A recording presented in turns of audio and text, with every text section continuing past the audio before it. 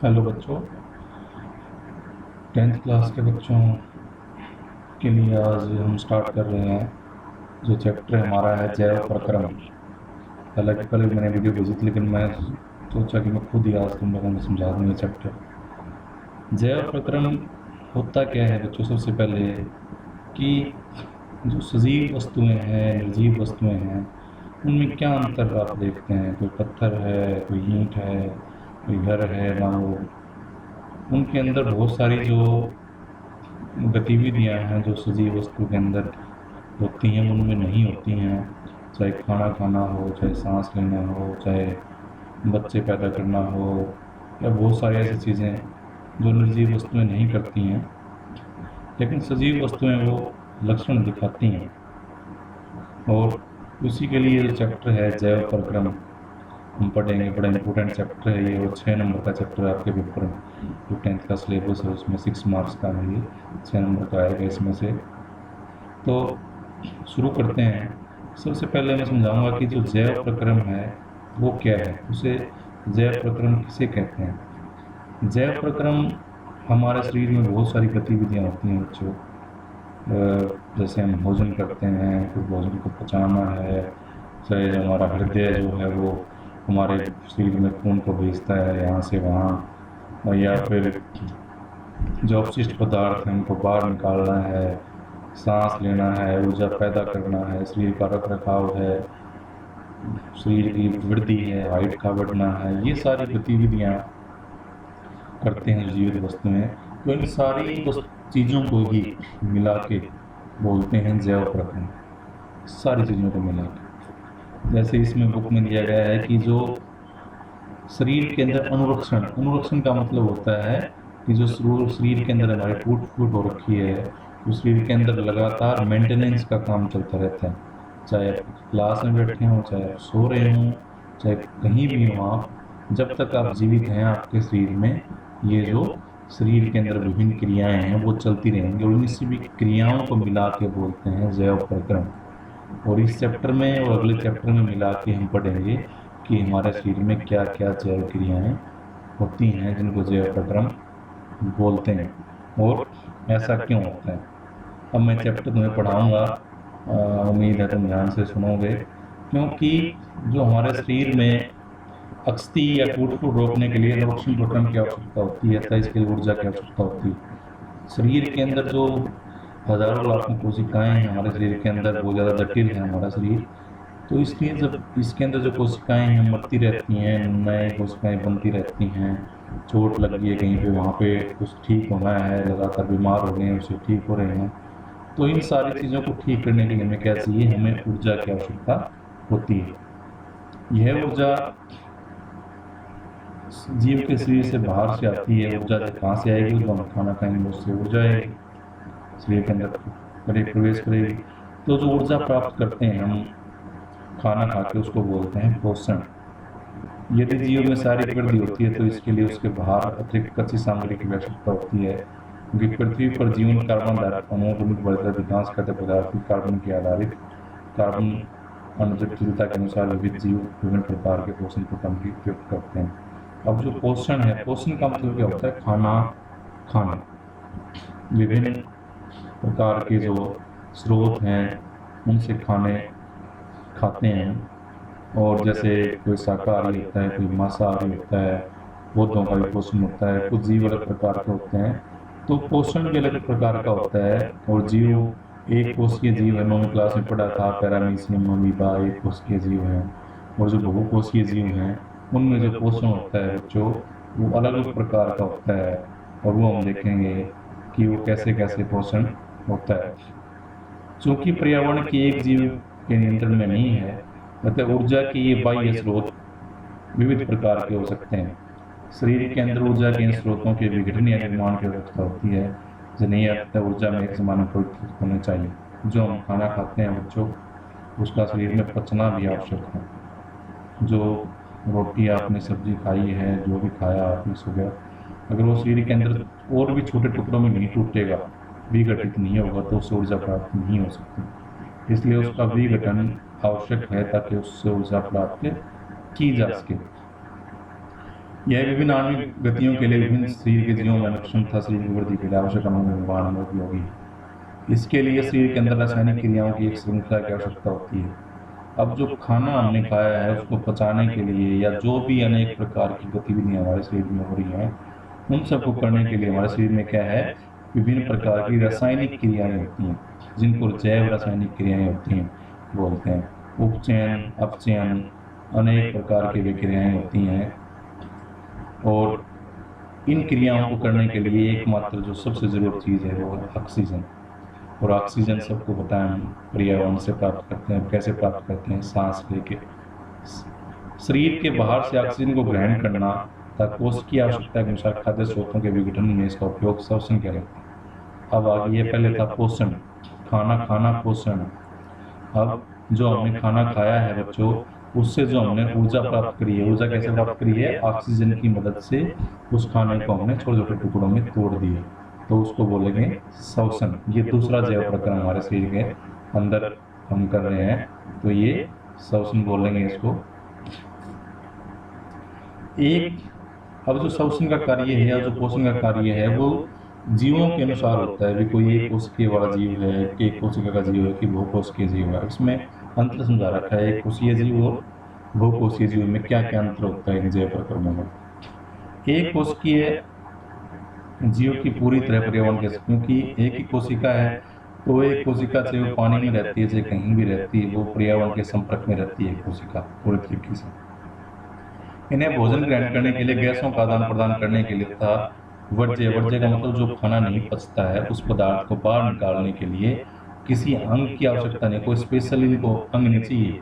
जैसे खाना खाने के लिए हमारे लिए मुंह का उपयोग करते हैं, हाथों का, फिर अनेक हमारे अंदर अंग है पचाने के लिए, वैसा एक कोशिकीय जीव में आवश्यकता नहीं होती है, क्योंकि एक ही कोशिका है, वही सारे काम करेगी, वहाँ पे कोई अंग नहीं बनेंगे। 9वीं क्लास में हमने समझाया था कि बहुत सारी कोशिकाएं मिलकर जब एक कार्य करती हैं उसको उत्तक बोलते हैं, और जब बहुत सारे उत्तक जुड़ जाते हैं आपस में वो एक अंग का निर्माण करते हैं, विभिन्न अंग एक पूरे प्राणी का निर्माण करते हैं। क्योंकि एक ही कोशिका है तो इसलिए क्या है, इसके अंदर कोई खास अंग नहीं होगा। किसी वही कोशिका खाना लेगी, वही कोशिका ऑक्सीजन को लेगी, वही कोशिका CO2 को बाहर निकालेगी, कार्बन डाइऑक्साइड को, और वही कोशिका अवशिष्ट पदार्थों को भी बाहर निकाल देगी। क्योंकि इनमें क्या है, जटिल नहीं होता, इनका आकार बड़ा सिंपल सीधा होता है, सिंपल जीव होते हैं ये। लेकिन जो बहुकोशिकीय जीव हैं उनमें ऐसा नहीं हो सकता। बहुकोशिकीय जीवों में सभी कोशिकाएं अपने आसपास के पर्यावरण के संपर्क में नहीं रहती, क्योंकि सारे जो हमारी खाल है, स्किन है, सिर्फ वही पर्यावरण के संपर्क में है। बाकी कोशिकाएं तो क्या है, हमारे अंदर, तो पर्यावरण के संपर्क में नहीं रह सकती। अतः साधारण विसरण का मतलब क्या होता है बच्चों? विसरण का मतलब होता है जब कोई एक गैस जहाँ पे उसकी मात्रा ज़्यादा हो, ज़्यादा मात्रा से कम मात्रा की तरफ गति करती है। 9वीं क्लास के पहले चैप्टर में परिभाषा लिखवाई थी, विसरण क्या होता है, प्रसारण क्या होता है।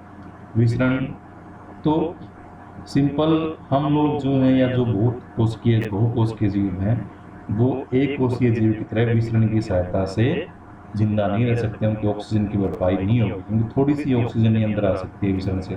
ज़्यादा ऑक्सीजन हमें चाहिए क्या? ज़्यादा ऑक्सीजन चाहिए हमें अपने काम बनाने के लिए। हम पहले देख चुके हैं कि बहुकोशिकीय जीवों में विभिन्न प्रकार को कार्य करने के लिए अलग अलग अंग होते हैं।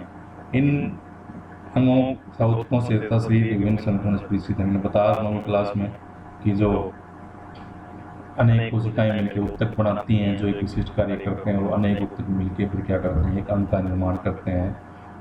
अतः इनमें कोई आश्चर्य नहीं है कि भोजन तथा ऑक्सीजन का अंतःकरण भी विशिष्ट करते उत्तकों का कार्य है।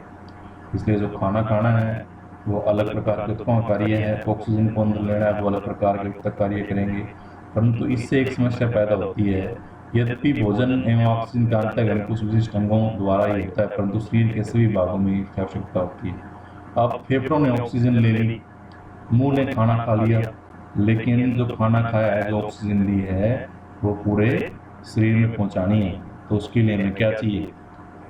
पूरे शरीर में भोजन को पहुंचाना, ऑक्सीजन को पहुंचाना, उसके लिए हमें क्या चाहिए? हर एक कोशिका तक पहुंचना चाहिए।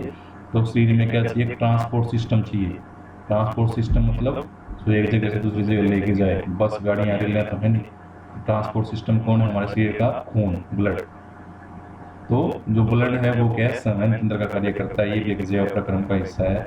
जब रासायनिक विक्रियाओं में कार्बन का ऑक्सीजन का उपयोग ऊर्जा प्राप्ति के लिए होता है तो ऐसे उत्पाद भी बनते हैं जो शरीर की कोशिकाओं के लिए न केवल अनुपयोगी होते हैं। जब हम भोजन से ऊर्जा प्राप्त कर लेते हैं बच्चों, तो कई बार जैसे कार्बन डाइऑक्साइड है या कई ऐसे उत्पाद भी बनते हैं खाने से जो क्या होते हैं हमारे शरीर के लिए हानिकारक होते हैं, या जो भोजन पचता नहीं है उसको शरीर से बाहर निकालना अति आवश्यक हो जाता है, क्योंकि वो जहरीला होता है, शरीर के लिए नुकसानदायक होता है। तो इस शरीर को बाहर निकालने की क्रिया को क्या बोलते हैं? इसको बोलते हैं उत्सर्जन। क्या बोलते हैं? उत्सर्जन। यदि बहुकोषीय जीवों में शरीर अभिकल्पना के मूल नियमों का पालन किया जाता है तो उत्सर्जन के लिए विशिष्ट ऊतक विकसित हो जाएगा। इसका अर्थ है परिवहन तंत्र की आवश्यकता अवशिष्ट पदार्थों को कोशिका के इस उत्सर्जन ऊतक तक पहुंचाने की है। तो जो बहुकोषीय जीव हैं उनमें उत्सर्जन के लिए भी अलग से ऊतक है। अब जो परिवहन तंत्र है, जो खून, उसका काम क्या है? इन अपशिष्ट पदार्थों को उस स्थान तक पहुंचाना, उस अंग तक पहुंचाना जो अपशिष्ट पदार्थों को बाहर निकालता है।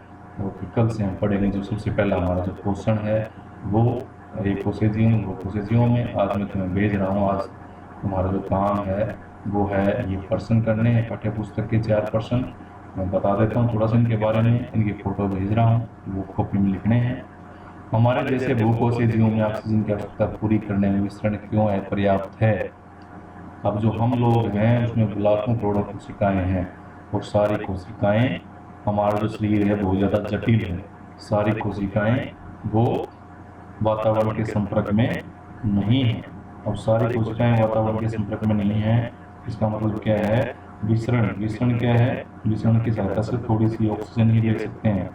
थोड़ी सी ऑक्सीजन में हमारा काम नहीं चलेगा, इसलिए क्या है? विसरण पर्याप्त नहीं है। दूसरा प्रश्न है, कोई वस्तु सजीव है या नहीं? इसका निर्धारण कैसे करेंगे? ये थोड़ा आसान सा प्रश्न है। अगर सजीव होगी तो वो चले फिरेगी, वृद्धि वो बढ़ेगी, वो सांस लेगी, वो खाना खाएगी, उसके अंदर ऊतक होंगे, उसके अंदर अंग होंगे, वो बच्चे पैदा करेगी और उसकी मृत्यु भी होगी। तो ये सारे जो गुण हैं वो होने चाहिए बच्चों।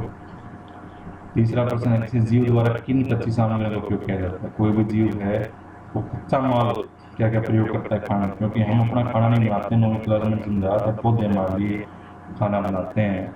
और कच्ची सामग्री क्या है? श्वसन के लिए हमें गैसें चाहिए, सांस लेने के लिए ऑक्सीजन, कार्बन डाइऑक्साइड गैसें चाहिए, प्रोटीन चाहिए, हमें खाने के अंदर कार्बोहाइड्रेट चाहिए, एंजाइम चाहिए। एंजाइम समझाएंगे क्या होता है। एंजाइम होता है उत्प्रेरक। उत्प्रेरक क्या होता है? एंजाइम ऐसा प्रोटीन है जो हमारे शरीर में किसी भी रासायनिक क्रिया की स्पीड को बढ़ा देता है। अगर कोई काम 2 दिन में हो रहा है तो एंजाइम उसको 2 मिनट में ख़त्म कर देगा। तो एंजाइम होते हैं वो। कोशिकाएं को तो बनने के लिए, रखरखाव के लिए हमें उपयोग किया जाता है। उसके बाद आखिरी प्रश्न है, जीवन के अनुरक्षण के लिए आप किन प्रकरणों की आवश्यक मानेंगे? अब जीवन में जो जिंदगी चलती रहे इसके लिए क्या क्या? इसके लिए खाना जरूरी है। सबसे पहले खाने से फिर ऊर्जा पैदा करना जरूरी है। जो ऊर्जा पैदा हुई है उसको पूरे शरीर में परिवहन करना जरूरी है, भेजना उसको जरूरी है। अपशिष्ट पदार्थों को बाहर निकालना जरूरी है। वृद्धि और विकास जरूरी है। जनन, बच्चे पैदा करना आवश्यक है। गति आवश्यक है, और बहुत सारे कार्य। तो ये मैं तरह के भेज रहा हूँ, तो मैं फोटो उसमें से लिखने हैं 4 प्रश्न कल हम पढ़ेंगे मनुष्य के अंदर पोषण। तब तक के लिए ये काम बड़ा अच्छे से करना है सारे बच्चों के। उम्मीद है समझ में आ गया होगा सबके।